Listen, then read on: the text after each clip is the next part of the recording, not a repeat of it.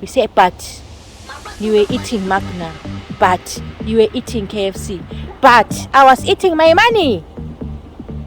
I was eating my money. I was not eating your money. Don't make me feel guilty for eating my money.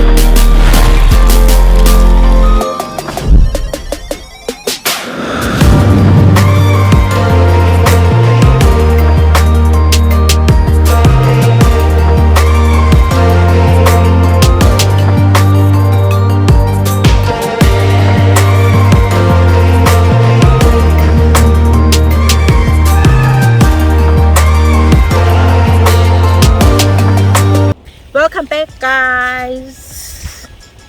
You know, making the decision to leave your country, travel thousands and thousands of kilometers away to a place where you don't know anybody, just to come and start a new life is not easy. You want to make life better for yourself, you want to make life better for your children, you want to get at least a decent income to put food on your table. But the harsh reality of many people coming abroad is the financial burden of having to support the direct family as well as the extended family, colloquially known as the black tax. So this is one of the problems that I didn't talk about because I wanted to save it for last. So today I'm going to be talking about black tax. You land your foot at Heathrow and suddenly you are Bill Gates of the whole community, of the whole clan. You get a SIM card before you even know the number to your own SIM card. Your cousin who hasn't spoken to you for 20 years already knows your number by head. Everybody wants money from you, including those who died many years ago. You have people saying your great-grandmother needs a tombstone. Your sister, the husband left her and she's got no money to fend for her kids. Your grandmother, her diabetic medication, her hypertension medication has finished. There's no one to buy, and you know if you don't buy, she'll have a stroke, she'll die. So you have so many people wanting money from you. So we're going to be talking about that problem today and how best we can address it. Let's get into it. Alright, they're asking for the queen. I'm a bad bitch, she's a savage. Look back while I turn. No comparison. I'm a savage, yeah.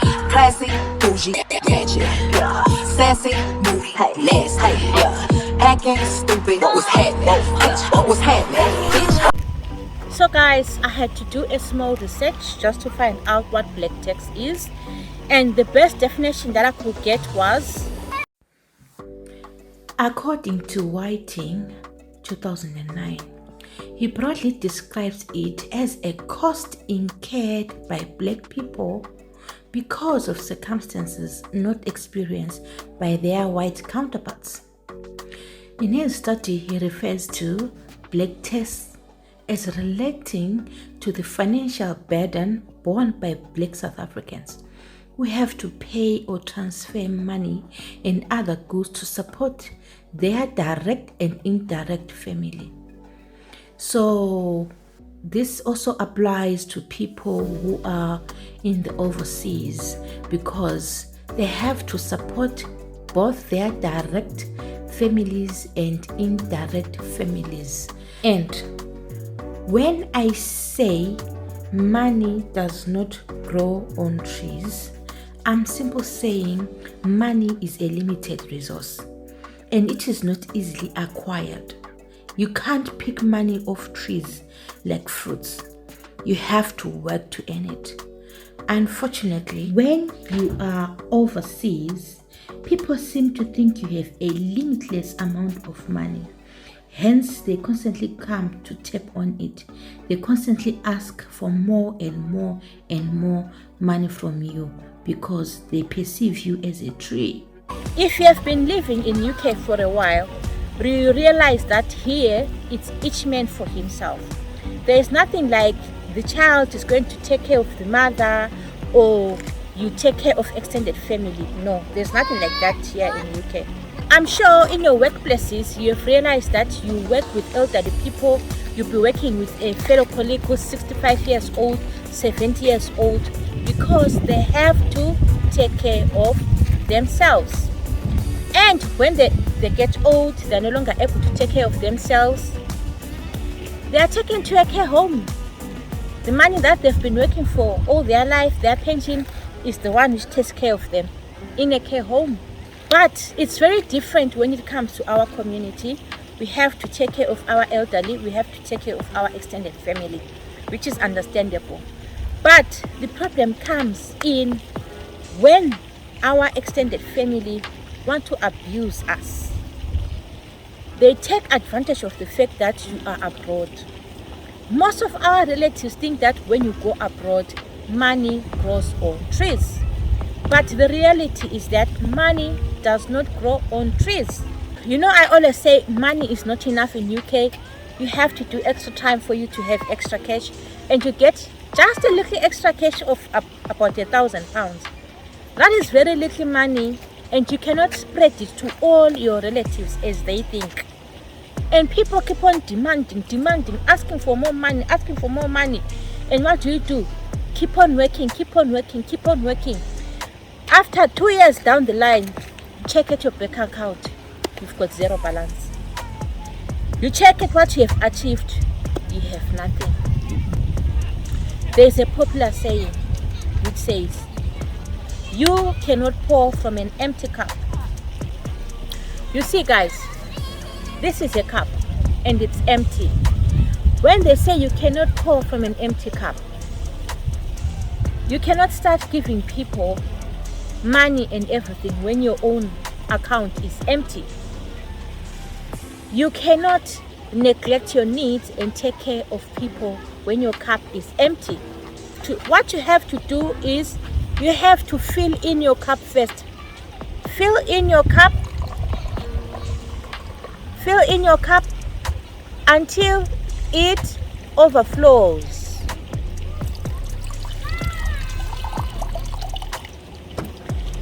And when your cup is full like this, whatever overflows is what you're going to give to people. If your cup is full like this and it's overflowing, you are able to give to people. But if your cup is empty, why are you giving to people? Learn not to pour from an empty cup. Learn to take care of your needs first. Remember that your body is a machine. You work very hard, it also needs to rest. You also need to pamper yourself. You also need to take good care of yourself before you take care of the rest. Work very hard for that money. Learn to say no. I'm sure you saw people who were deported sometime last week or so from UK to Zimbabwe, and they went there with Changan bags. After having spent 20 years in UK, they were ridiculed. All those people that you'll be supporting, giving your money and everything, when you are broke, you are no longer their friends. When you are broke, they don't care about you. I also have a message for people with relatives overseas. Listen to this. Money does not grow on trees overseas. People work very hard for their monies. People sweat their butts out to get just £20. Stop asking for money every day. Stop asking for money every other week, because money does not grow on trees. The money which people make out here is not enough to cater for their needs. And for them to be able to fully cater for their needs, they have to take extra shift. And taking extra shift is not a walk in the park. It's not easy. It's very difficult to be working an additional 2-3 days to your shift. Ideally, we should be working at least 3 days and have the other 4 days to rest. But to also cater for other people's needs, people have to work up to 5 days, 6 days a week. Just leave 1 day to rest, and even when you leave that 1 day to rest, you don't even rest, because when you come home, you have so many things waiting for you. We can't even clean our houses. We live in houses which look like they've been hit by a train, because we are too tired to even do anything at home. We're too tired to even cook. And then you come, you keep on asking for money. You're never satisfied with whatever you are given. And it's not fair. You should appreciate whatever little you are given, because that money is hard to come by. I have noted this problem with people with relatives overseas. Once you tell them that, I'm sorry, I am broke this month, they cease to talk to you. They ignore you for months just because you said you did not have money. Listen, a relationship should not be based on money. If you love your niece, if you love your grandchild, if you love your daughter, if you love your uncle or whosoever it is who's overseas, you should love them genuinely. Do not love their money, love them. Because this thing of saying if you don't give me money, I will not talk to you, is bad. It's very bad. We have had nurses who actually collapse because of fatigue. We have had nurses who have collapsed and died because of overworking, so that they are able to take care of the people who are left back home. At the end of the day, they are living in rented accommodation. They don't have cars, they don't have clothes, but you are busy there. You've got Brazilians, you are wearing Adidas, you are driving nice cars. The person who's even sending you the money doesn't even have a car. And when they say they don't have money, you complain. Money does not grow on trees. I have to emphasize that. And all of you guys who are overseas, I'm not saying to you should not take care of your relatives. I'm not saying to you should not send your relatives money, but I'm simply saying sometimes you have to take care of yourself first. Like I've already said, you cannot pour from an empty cup. What is the point of you sending all that you have and you remain hungry? What is the point of you sending all the money that you have and you don't have a home? How many of us have got homes overseas? Most of us are living in rented accommodation, but each and every month end, we are sending the bulk of our monies back home, remaining broke with nothing. You see, people take advantage of the fact that you are overseas. You've got brothers, sisters, nephews, uncles who will be working. They've got their good jobs back home, but they want to take advantage of the fact that you are overseas. Most of the time, you give them that money. What do they do with that money? They are blowing it. They are going to the clubs. They are buying fancy shoes. They are buying fancy clothes. They are eating fancy food. They've got the most expensive phones. They've got the iPhone 12s and all that. Why? Because they know that they can milk you who's overseas. People should stop this habit of contacting you only when they want money from you. But when they don't want money from you, they don't contact you. It's a very bad habit and it needs to stop.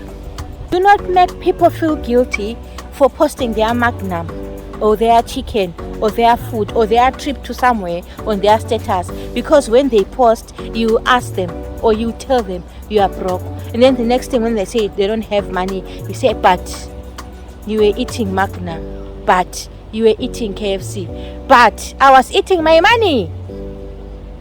I was eating my money. I was not eating your money. Don't make me feel guilty for eating my money. Man, people, allow me to eat my ice cream without any guilt.